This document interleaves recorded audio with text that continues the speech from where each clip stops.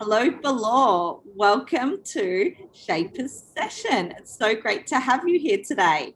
Now, today we are talking young entrepreneurs becoming industry opinion leaders.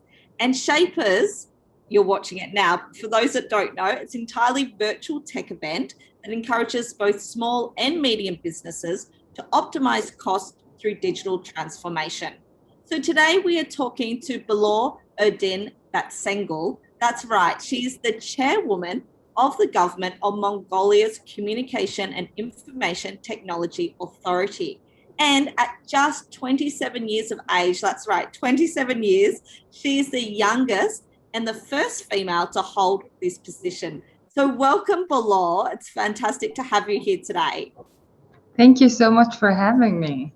Absolutely. So I have a little bit of background on you for those tuning in today. So Bolor, you are the youngest leader in the current cabinet, and you've crafted what is a 5-year plan, so to speak, to transform Mongolia into what's called a digital nation.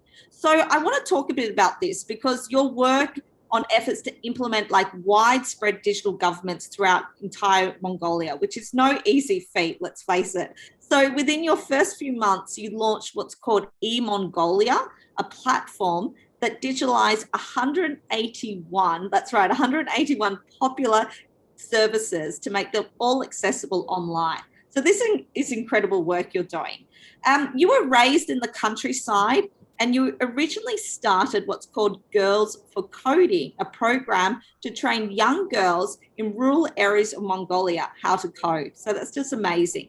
So you also studied public policy at Oxford, and you received your MPP, and that is your Master of Public Policy. And previously, you've worked as a consultant at the World Bank. You've been at the United Nations, the Asian Development Bank. I mean, the list goes on. We need another segment just to go through it. But let's perhaps start with Mongolia, yeah, and what makes it such a special place. So from my understanding, it's bordered between obviously China and Russia. It's a rugged landscape. It has a very nomadic culture, so to speak, with a population of approximately 3.2 million and 4 times the landmass of Germany, which is quite extraordinary. I didn't know all these facts about Mongolia until I looked into it. So this is really extraordinary. And interesting enough, and obviously a challenge to your position, I would imagine, is that it's estimated that 25 to 40% of Mongolians, if that's what you call them, Mongolians, I think I'm right, live as nomadic herders. And for those that don't know what a nomadic herder is, it's like they roam, it's kind of tribal, you have extended families, so to speak, and not really one base where you call home. So the last decade, we don't need to go into it, but it's been amazing transformations and changes. And the population of the capital, and I hope I'm pronouncing this correct, Ulaanbaatar, the capital, has almost doubled in size, which is quite incredible. So I'd like to start perhaps you telling us why Mongolia is so special, other than the things I've just said, and why now, I guess, the Mongolian government sees it as a perfect time for this transformation to ensure Mongolia has a very secure future. Mm-hmm. So thank you, Jennifer, for the very comprehensive introduction about Mongolia. You did very good research. So as you said, Mongolia is sandwiched between Russia and China. And we have exactly, you said, 3.2 million population for such big landscape, one of the most sparsely populated country on the earth. And the Ulaanbaatar city is the capital city, is the coldest capital city in the world. So we neighbor with Siberia, we neighbor with China. So it's one of the coldest countries in the world. And as you said, one of the interesting factors, Mongolia is known as its last nomadic country to continue living in nomadic lifestyle. With that being said, Mongolia is one of the biggest cashmere producer because we have a lot of livestock. So for 3.2 million people, we have about 80 million livestock. So this can this can explain why we're one of the biggest cashmere producers in the world. But now we have a plan to digitalize Mongolian, transition Mongolian economy to digital economy. And we have a 5-year plan, and so far it's going very well thanks to the pandemic. If we want to look at the bright side of the pandemic, I think the pandemic helped people to use online services compared to before. 100%, 100%. So with that in mind, I guess it's obviously no easy task turning a country that is inherently reliant on the land, working on the land, into a digital nation. So can you perhaps tell those listening today a little more about the Government of Mongolia Communications and Information Technology Authority, a little more like what they stand for, and I guess why you felt compelled to join them now? Thank you. So we don't, in Mongolian government, we don't have Ministry of Information Technology. The policy, biggest organization that is in charge of technology is Communication and Information Authority, which is a long name. We call it SITA, and I'm the youngest and first woman to work as a chairwoman of SITA. We have, so this started when I joined the government. I had a request from the Prime Minister because I conducted a research project on digital economy with University of Oxford and Bill and Melinda Gates Foundation. And one of the first things we suggested that the government should do was something like e-Mongolia, making the public service online, making the government itself digitalized. So I had this whole proposal prepared for the government, and the government accepted these strategies that we developed.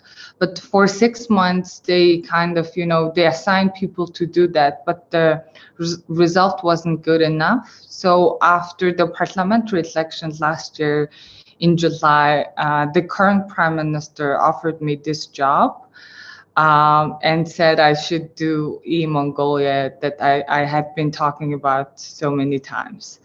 So I had no interest joining public service at the time. I had my startup company. I was doing a lot of international consultancy work and a lot of traveling. So this was a bit of a career change for me.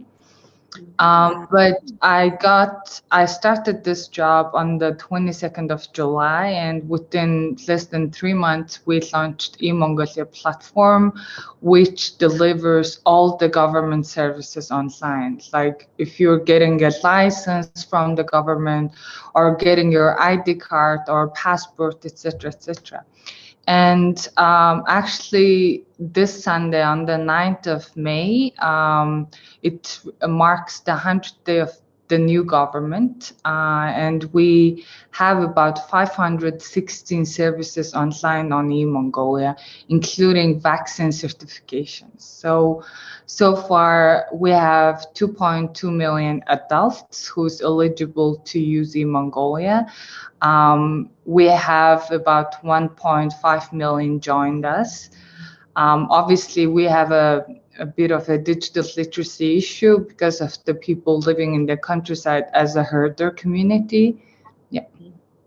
Wow, that is quite the story. What a dream, almost, like to write a paper on how the government should, innovate, and then being invited in to actually do it. That's phenomenal. So congratulations, and what a story. So I mean, it would appear, obviously, that the entire world has had to undergo some form of digital transformation. Yeah, the pandemic's just kind of led to that. I guess when I think, transformation means different things to different people. To me, it really means ultimately like delivering remarkable, relevant, and I say reliable 3 Rs, customer experiences on demand, right? What does digital transformation, because it's thrown around a lot, this word, mean, I guess, to the Mongolian government, and why is it so vital for both the sustainability of Mongolia's digital future? So digital transformation, as we see it, is not as a result. It's a process.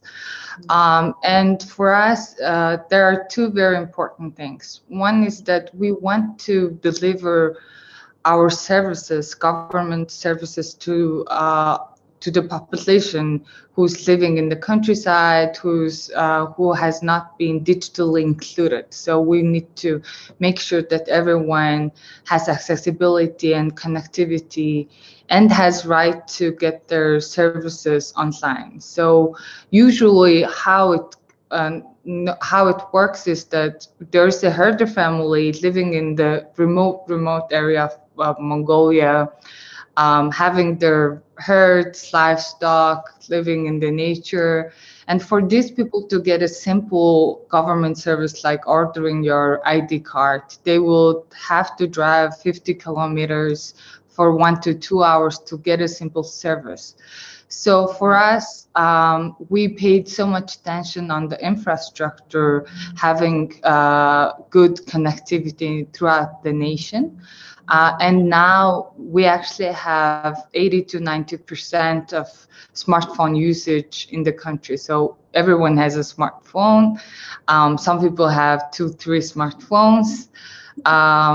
So regarding this infrastructure, it's good in Mongolia, and now we need to teach people some soft skills to use software, to use applications to solve their social problems and social needs. So eMongolia aims to reach to everyone who's living everywhere in the country and meeting their needs, the government service needs. So it can be disabled group, disadvantaged group, it can be anyone. But now what we are trying to do is that we want to customize our service per citizen on eMongolia platform. For example, if my parents are getting retired, we want to offer them services related to being retired, getting pension, etc., etc. So throughout the citizens' life cycle, we want to meet their life milestones and offer their services rather than the citizen is trying to find the service online. So we are using artificial intelligence to customize it per citizen. The second important thing is digital economy. So we want our citizens in the countryside to have Airbnb and have their clients, find their clients online. So you can come from London to Hufskut Lake, which is one of the most popular tourist spots, and have no trouble throughout the process. Yeah.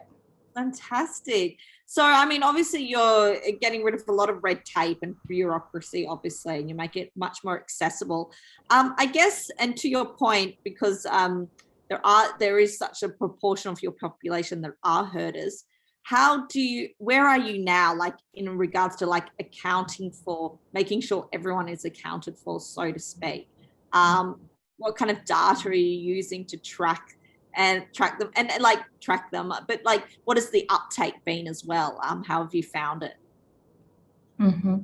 So we have first 2-3 months after we launched in Mongolia, it was more like asking people to use, trying it. It was like a simple PR marketing process.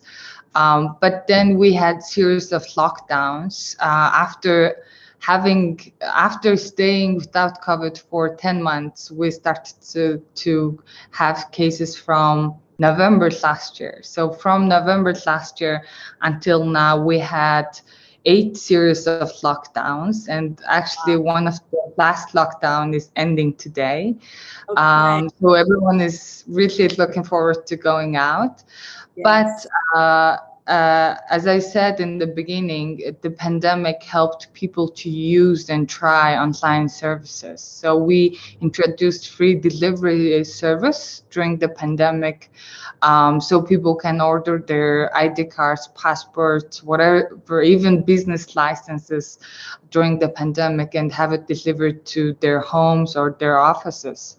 So now one of the important things that we're doing is vaccine certification. So everyone will need vaccine certification after after they get vaccinated. So these are the kind of government nudge for having people use e-Mongolia. Fantastic. And I guess it's an education process too, right? Educating people how to, I guess, use digital technology, and then obviously the platform. I guess, obviously we have this, I guess, this predisposition to governments being slow-moving beasts, so to speak. You can speak to it or not, but internally, what challenges have you found? Have you found it's more like being internal, or have you found like the uptake has been slow, or is it the education, or what parts have you found, I guess, most challenging in the new role, if you can share? Yeah, I can share, and that's actually one of the favorite things that I'd like to talk about. So when I got this job, in the beginning, people were not accepting me as a chairwoman because I'm too young and I'm woman and all this and that. And I had a big political support, and for the first few months, I worked very hard with my team to prove that e-Mongolia will really work. Because before there has been several projects that had like billions of tugruks, millions of dollars funding and failed for digitalizing the government. So everyone lost their trust for that. And everyone thought that, okay, there is a young girl coming up and she's like fantasizing, she's dreaming, she's not gonna last long. So in the beginning, it was very hard for people to convince. And one of the bottleneck was the process that we have within the government. So we have red tape bureaucracy that has been there for like 20, 30 years. We have public servants who are old and who got used to the traditional methodology, or who are not willing to learn e-governance, and are people who are against it. So for us to convince these people, the process was really hard. And for some, government organizations were not open to digitalizing their service and putting it on the Mongolia platform. So I had to, make people understand the importance of digital governance. But luckily, we had big political support from the cabinet secretary and prime minister. And also the good bright side of pandemic was that people had to work from home. So they had to deal with internet. Yes. It was the silver lining, so to speak, kind of the perfect storm in the way. No, I get it. You definitely need the momentum from internally, and everyone needs to be on the same page in any business. It's very important. Yeah. So I guess what types of services are you making digital? Because you mentioned passport services. How about like starting a business or taxation things?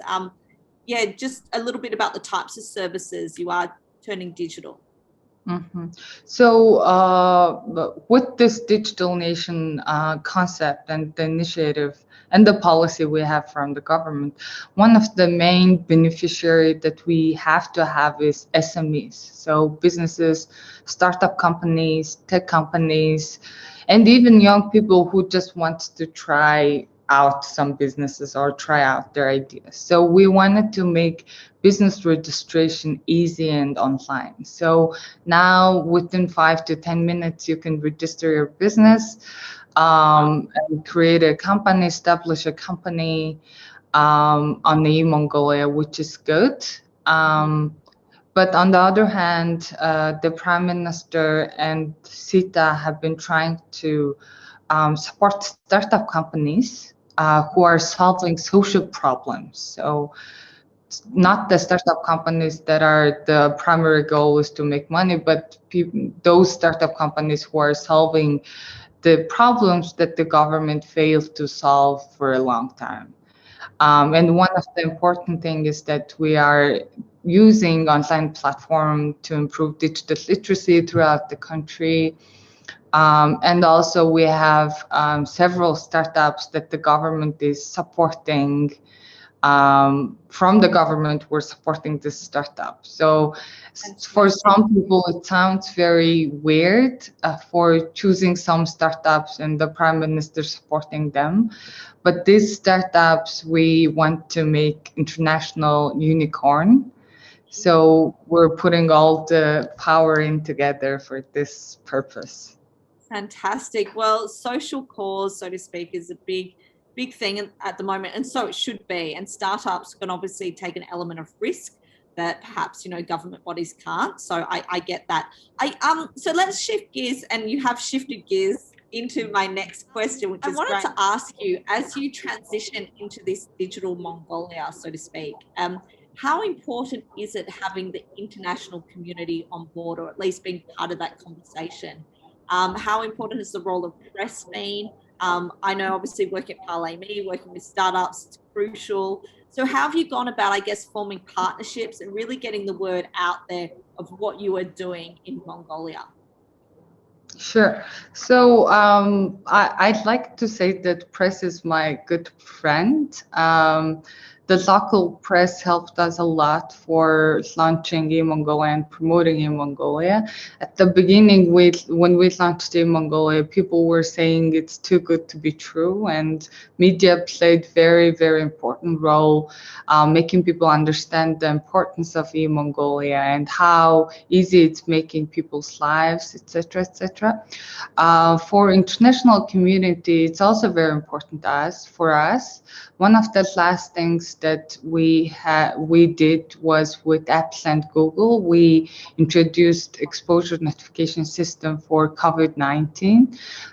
So far, we're in lockdown, but we still have about 500,000 users. But people are very open to use these applications for COVID-19. And on Amazon, we also work closely with Amazon. Mongolia will be registered as one of the countries to operate on Amazon. So I'm very excited about it, that people can sell from Mongolia on Amazon and ship it from Mongolia, as well as we can order products from Amazon as well.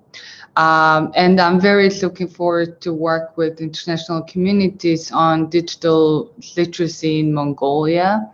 And also, I actually started to get a lot of requests from different countries' governments to share eMongolia's experience and success stories.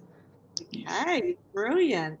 Well, hopefully today we're definitely sharing that, and it's great to get the word out there, obviously, because you want to know what the international. I think with COVID or the pandemic, so to speak, everyone went a little insular, and it was a great time to kind of focus on local. But definitely, as things are opening up again, it's great to get a perspective of what has everyone been up to in the last 6 months or a year during these kind of lockdown times, so to speak. So I guess you mentioned it a little bit earlier, and I just want to touch upon it again. What are you guys doing to empower Mongolian startups? Like, is it funding? Is it education? Is it connecting them to the right stakeholders? And also, I guess, how open is Mongolia to foreign investment? Like, how does it work there? Mm-hmm. So actually, we had to ask from startups, like, how do we help you? And now currently we have 3 groups, which are composed of startup companies and their representations, and they're working on policy suggestions that they can help. So Prime Minister is very open to learn about their needs and how the government can support. So this is what we're doing. We thought that listening to the startups and listening their needs and and communicating with them is the first very important step to actually support it, rather than producing policies that does not really help them. And one of the things that the startups want is international promotion. So many startups dream to go out of Mongolia and operate internationally, and this is also something that the government wants to help them with. And for next year, we have a proposal going on to cut taxes for startup companies, and have decreased percentage of taxes. But regarding taxes in Mongolia, it's not very high. It's 20% compared to other countries. So even some startups say you don't need to do that, but it varies depending on the startup companies. And after the pandemic, we're going to open international flights from June. And the government wants to open its border for startup companies, international startup companies, and tech enthusiasts as well as investors. So I think many startup companies are interested in this location and the human resource, because we have very talented IT professionals, and the living cost and the salary is not as high as in Hong Kong or in Singapore or in Korea. So it's cheap labor, relatively cheap labor, and very skilled labor as well. Yeah. Yeah, that's so refreshing to hear that it's more like a conversation, like a dialogue, and that you are listening. I think that's a really interesting approach. I think it's obviously very effective too, rather than thinking you know what people want. Actually ask them, what do you need? So that's really refreshing. I want to ask you, what type of tech conferences or co-working spaces, or I guess innovation hubs, or does Mongolia offer? I know, like, obviously co-working was a big thing before the pandemic.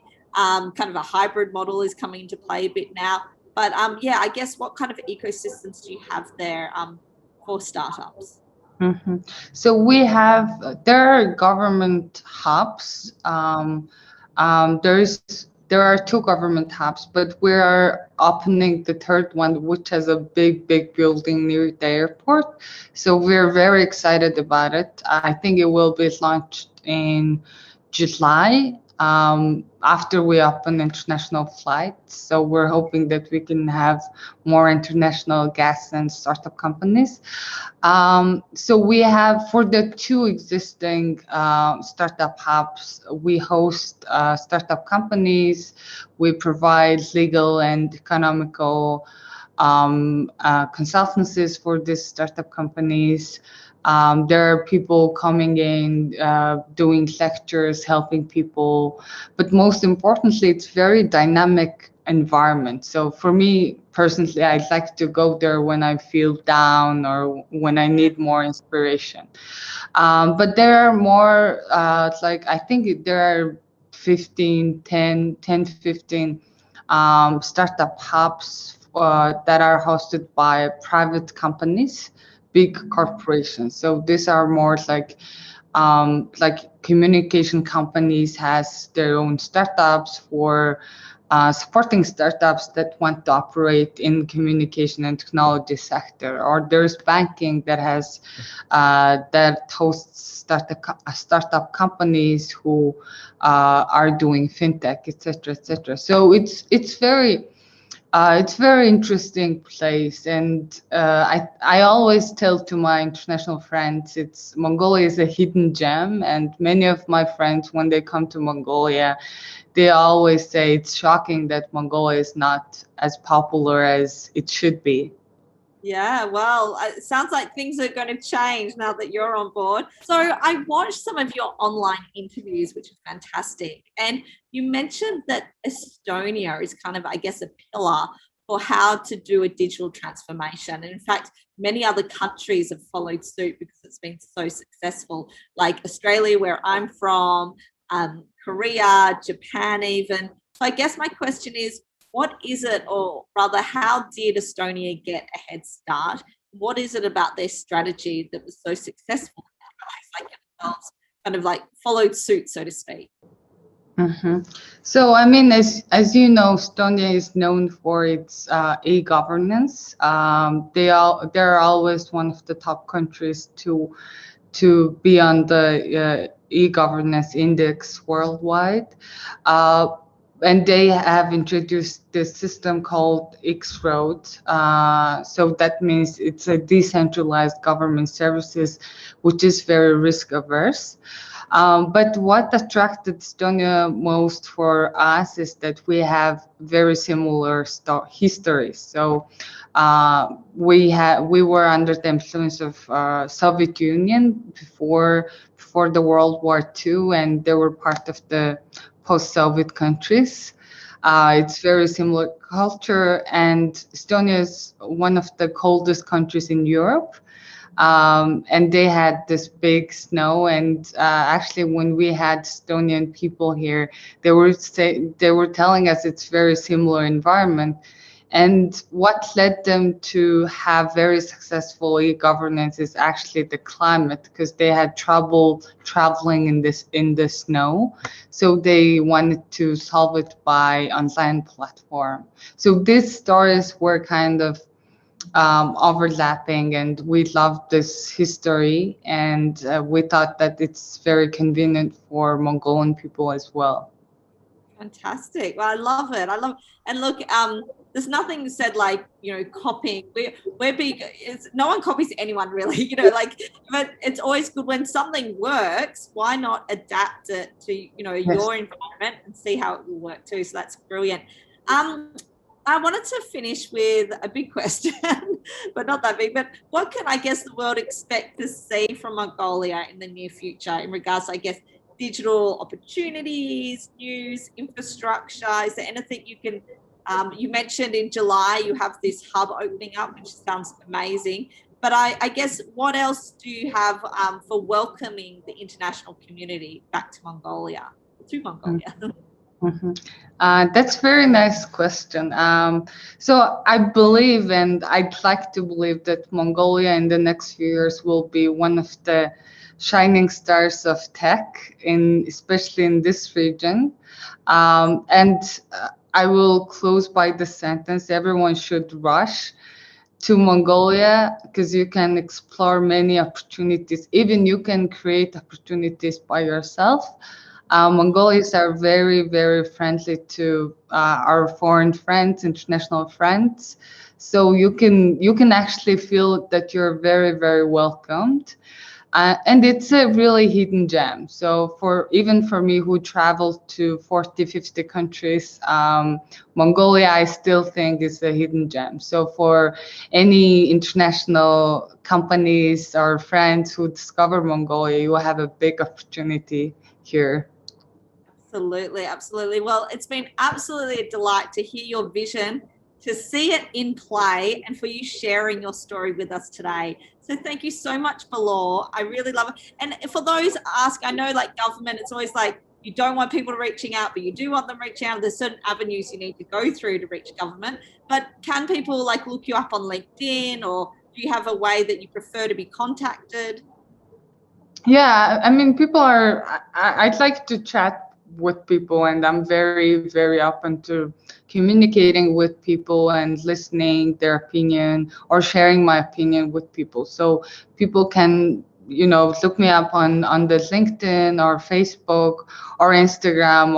I think for Facebook and Instagram, my name is Obuna, which is my childhood name, and it's easier for international friends to call rather than my full name. I know it's very complicated, long name.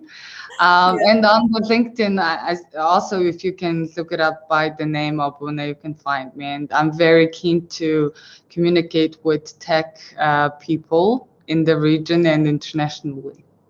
Brilliant. Well, I thank you again for joining us today, Bolor. You're an absolute inspiration, and you're making a definite mark for yourself, and I congratulate you. And thank you again. Thank you so much, January. Thank you. Thank you, and back to Hong Kong.